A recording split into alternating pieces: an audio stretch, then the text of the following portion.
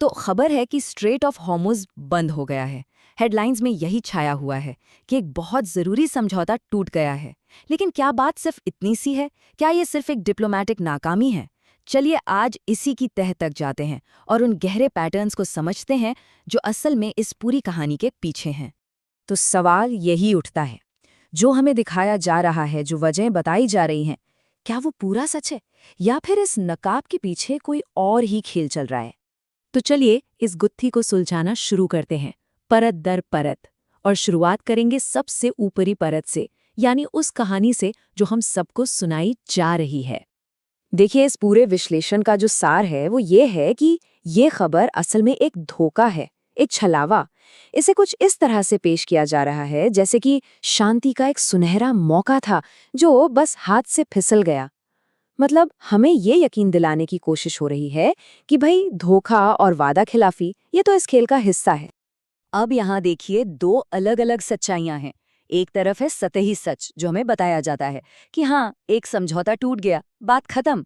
पर दूसरी तरफ है असली घाव, वो सच्चाई जो कहती है कि ये बातचीत तो शुरू से ही बेमानी थी, खोखली थी, क्योंकि एक पक्ष का इरादा तो कभी शांति कायम करना था ही नहीं।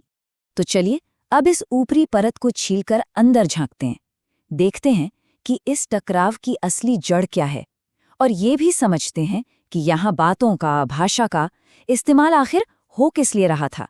तो इस नजरिए से देखें तो शांति कोई बहुत अच्छी या आदर्श चीज नहीं है। नहीं, ये तो बस जंग से हुई थकान है, एक छोटा सा ब्रेक अगली और शायद बड़ी लड़ाई की तैयारी के लिए। मतलब साफ है, यहाँ बातचीत का मकसद कभी कोई हल निकालना था ही नहीं। ये तो सिर्फ एक चाल थी, वक्त हासिल करने की, अपनी तैयारी करने की, अपनी ताकत बढ़ाने की। तो जिसे आज पूरी दुनिया धोखा या विश्वासघात का नाम दे रही है, वो असल में कोई धोखा था ही नहीं। वो तो एक सोची समझी चाल का अगला कदम था, बस। अच्छा, अब थोड़ा और जूम आउट करते हैं और बड़ी पिक्चर को देखते हैं। ये जो स्ट्रेट ऑफ हॉर्मुज में हुआ है, ये कोई इकलौती घटना नहीं है, ना ही ये अचानक हुआ है।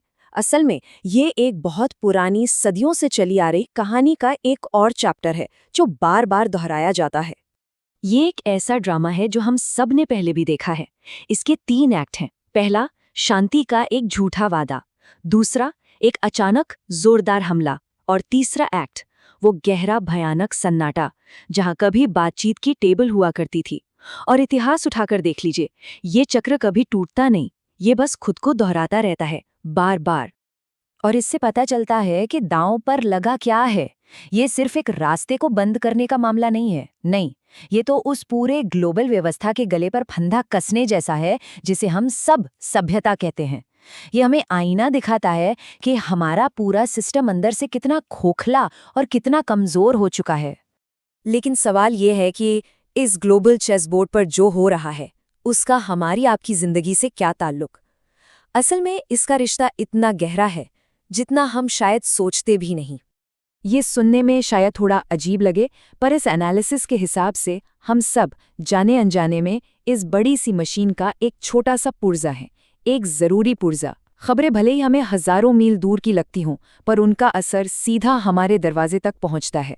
सोचिए जरा, ये जो जियोपॉलिटिकल मशीनरी है, ये हमारी जिंदगी के हर हिस्से से जुड़ी है। घर में जो बल्ब जल रहा है उससे लेकर हमारे कल की गारंटी तक और हमारी सुरक्षा के वादों तक, सब कुछ इन्हीं कमजोर, ढहते हुए पिलर्स पर खड़ा है।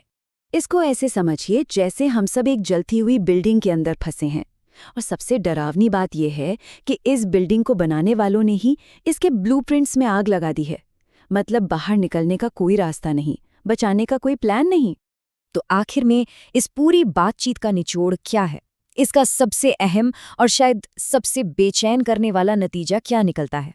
मतलब ये कि कागज पर समझौते की स्याही तो सूख गई है, लेकिन खून अभी भी बहने का रास्ता तलाश रहा है।